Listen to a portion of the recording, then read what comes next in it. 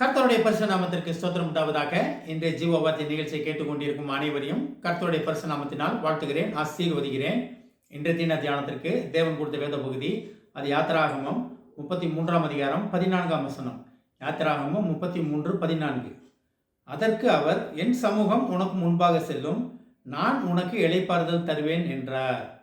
இது எப்போ எழுதப்பட்டது எல்லாத்தையுமே தெரியும். இன்றைய தினம் இதை கேட்டுக்கொண்டிருக்கும் அனைவருக்கும் தேவன் என்ன சொல்ல ஆசைப்படுகிறார்னா, நான் உனக்கு இளைப்பாறுதல் தருவேன். எப்படி இளைப்பாறுதல் தருவாரா? நமக்கு முன்பாக சென்று நம்ம வழிகளை கவனித்து கொண்டிருந்து நம்ம வழிகளை செவ்வையாக்கி நேர்மையாக்கி நேர் வழியிலே நடத்தி நமக்கு இளைப்பாறுதல் தருவாராம். எப்பேற்பட்ட தேவன்! அப்போ நம்ம கஷ்டங்கள், நம்ம பிரச்சனைகள், போராட்டங்கள் அனைத்தையும் அறிந்த தேவன். அதனால தான் சொல்கிறாரு, நீங்கள் இளைப்பாருங்க, உங்கள் போராட்டத்தங்க நான் சுமப்பேன், உங்கள் கஷ்டங்களை நான் சுமப்பேன். இது பழைய ஏற்பாட்டில் சொல்லப்பட்ட காரியம். புதிய ஏற்பாட்டில் நம்ம இளைப்பாறுதலுக்காகத்தான் இயேசு கிறிஸ்து நமக்காக சிலுவையில் தூங்கி மரித்தார், நமக்காக ரத்தம் சிந்தி மரித்தார், நமக்காக 3ஆம் நாள் உயிர்த்தெழுந்தார். இது எல்லாமே முன்னறிவிக்கப்பட்ட காரியங்கள் தான். எதுக்கு? நமக்கு இளைப்பாறுதல் தருவதற்காக தன் சொந்த குமாரனை அனுப்பினார். நம்ம பாருங்கள், இதில் நமக்கு இளைப்பாறுதல் தருவதற்காக தேவன் காத்து கொண்டிருக்கிறார். நம்ம அதை புரிஞ்சுக்கிறோமா? தேவ சமூகத்தில் தான் இளைப்பாறுதல் இருக்குது, தேவனுடைய பாதத்தில் தான் நமக்கு விடுதலை கிடைக்குது அப்படின்னு நம்ம உணர்கிறோமா? நம்ம உணர்றனால தான் நமக்கு இவ்வளோ போராட்டங்கள். இதில் பாருங்கள், என் சமூகம் உனக்கு முன்பாக செல்லும். அப்போ தேவன் நமக்கு முன்பாக சென்று நம்ம வழிகளை செவ்வியப்படுத்துகிற தேவன். நான் முன் சென்று வழிகளை செவ்வியாக்குவேன், கோணலானவைகளை நேராக்குவேன். எவ்வளோ படிக்கிறோம் நம்ம அதை பற்றி. அப்போ தேவன் நமக்கு முன்பாகவே இருக்கிறார், சென்று கொண்டிருக்கிறார். இந்த செகண்ட்லேயும் நீங்கள் இதை கேட்டுக்கொண்டிருக்கிற நேரத்தில் தேவன் முன்பாகவே நின்று கொண்டிருக்கிறார். ஒருவேளை நமக்கு ஆவிக்குரிய கண்கள் திறக்கப்பட்டால் தேவன் நமக்கு முன்பாக நின்று கொண்டிருப்பதை நம்மளால் உணர முடியும், பார்க்க முடியும். ஆவிக்குரிய கண்கள் நமக்கு இன்னும் திறக்கப்படாதனால தான் நமக்கு இவ்வளோ போராட்டங்கள், ஆவிக்குரிய எண்ணங்கள், ஆவிக்குரிய சிந்தனைகள் நமக்கு வேண்டும். தேவன் நம்மளோட தாங்க இருக்கார். தேவன் நம்மளை விட்டு விலகுகிற தேவன் கிடையாதுங்க. நம்ம தான் தேவனை விட்டு விலகி விடுகிறோம், நம்ம தான் தேவனை விட்டு ஓடி விடுகிறோம். நம்ம தான் சுய இச்சையில் மாட்டிக்கொண்டு யாக்கோபில் பார்க்குறோம், அவனவன் தன் சுய இச்சையில் மாட்டிக்கொண்டுகிறோம் அப்படின்னு. தேவன் சோதிக்கிற தேவன் கிடையாது. தேவன் எவ்வளோ கிருபியான வார்த்தைகள் பாருங்களேங்க. இளைப்பாறுதல் தர அவளுடன் உள்ள தேவன் நம்மளை சோதனைக்குள்ளே சிக்க வைப்பாரா? நேற்று தினம் பார்த்தோம். நேற்று தினம் என்ன பார்த்தோம்? இதே தான், இதோட நேற்றைய தினம் பார்த்ததோட கண்டினியூஷன் தான். அப்போ தேவன் நம்மளுடன் இருந்து நம்மளை வழிநடத்துகிற தேவன். உலகத்தின் முடிவு பரியந்தம் சகல நாட்களிலும் உன்னுடனே இருப்பேன் வாக்கு கொடுத்த தேவன். இதே தான் நம்ம திருப்பி மத்தேயுல 30ஆம் கடைசி 28ஆம் அதிகாரம் 20ஆம் வசனத்தில் பார்த்தோம். இதே தான் அதுலேயும் சொல்கிறாரு.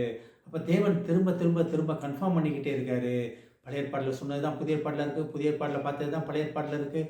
அப்போ தேவன் நம்மளுடன் இருந்து நம்மளை ஆசீர்வதித்து நம்ம வழி நடத்துகிற தேவன், கோணநாளனுடைய செவ்வியாக்குகிற தேவன். இதெல்லாம் எப்போ நடக்கும்? நம்ம தேவனிடத்தில் முழுமையாக ஒப்புவிக்கப்படும் போது. என்கிட்ட ஒன்றுமே இல்லை ஆண்டவரே, இனி நீங்கள் தான் ஆண்டவரே, நீங்கள் தான் எனக்குள்ளே இருந்து என்னை வழி நடத்தணும் ஆண்டவரே, நான் அல்ல நீரே அப்படின்னு. இனி வாழ்வது நான் அல்ல, கிறிஸ்துவை எனக்குள் வாழ்கிறார் அப்படின்னு பவுலடிகளார் சொன்னது போல் நம்ம சொல்ல முடியுமா? நம்ம சொன்னோம்னா இந்த காரியங்கள் நமக்கு நடக்க ஆரம்பிக்கும். இதை உணர்ந்து கொள்வதற்காகத்தான் முழு வேதாகமும்.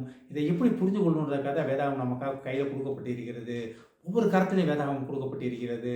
இதை நம்ம எடுத்து யூஸ் பண்ணுறோமா?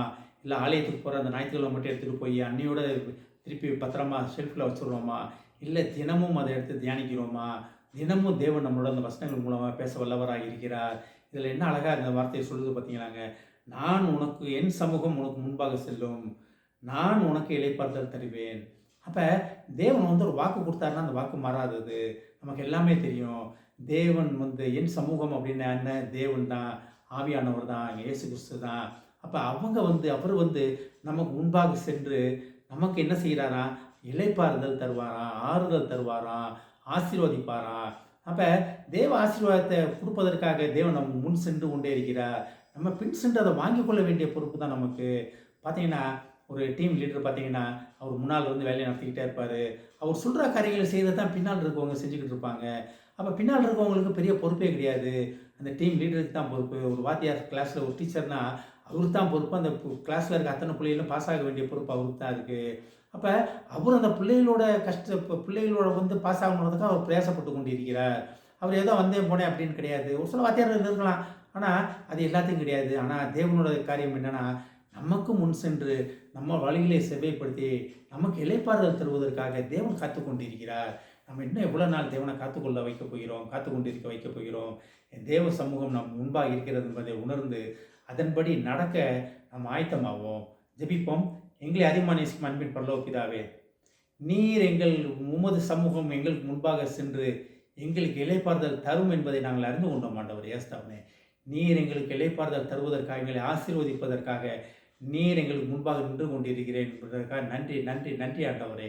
அதை உணரக்கூடிய உணர்வின் ஆவி எங்களுக்கு தாரும் ஆண்டவரே. இதை கேட்டுக்கொண்டிருக்கும் ஒவ்வொருவரையும் ஆசீர்வதிக்கிறோம் அப்பா. ஒவ்வொரு குடும்பத்தையும் ஆசீர்வதிக்கிறோம் ஆண்டவரே. குடும்பத்தின் கையின் பிரயாசத்தை ஆசீர்வதிக்கிறோம் அப்பா. 1 10 100 பெருக உதேசியும் ஆண்டவரே. தேவையில்லை சந்தியும் ஆண்டவரே. ஆசீர்வதிக்கிறோம் அப்பா. இயேசுவின் மூலமாய் கேட்கிறேன் நல்ல பிதாவே. ஆமென். கர்த்தர் உங்களை ஆசீர்வதிப்பாராக.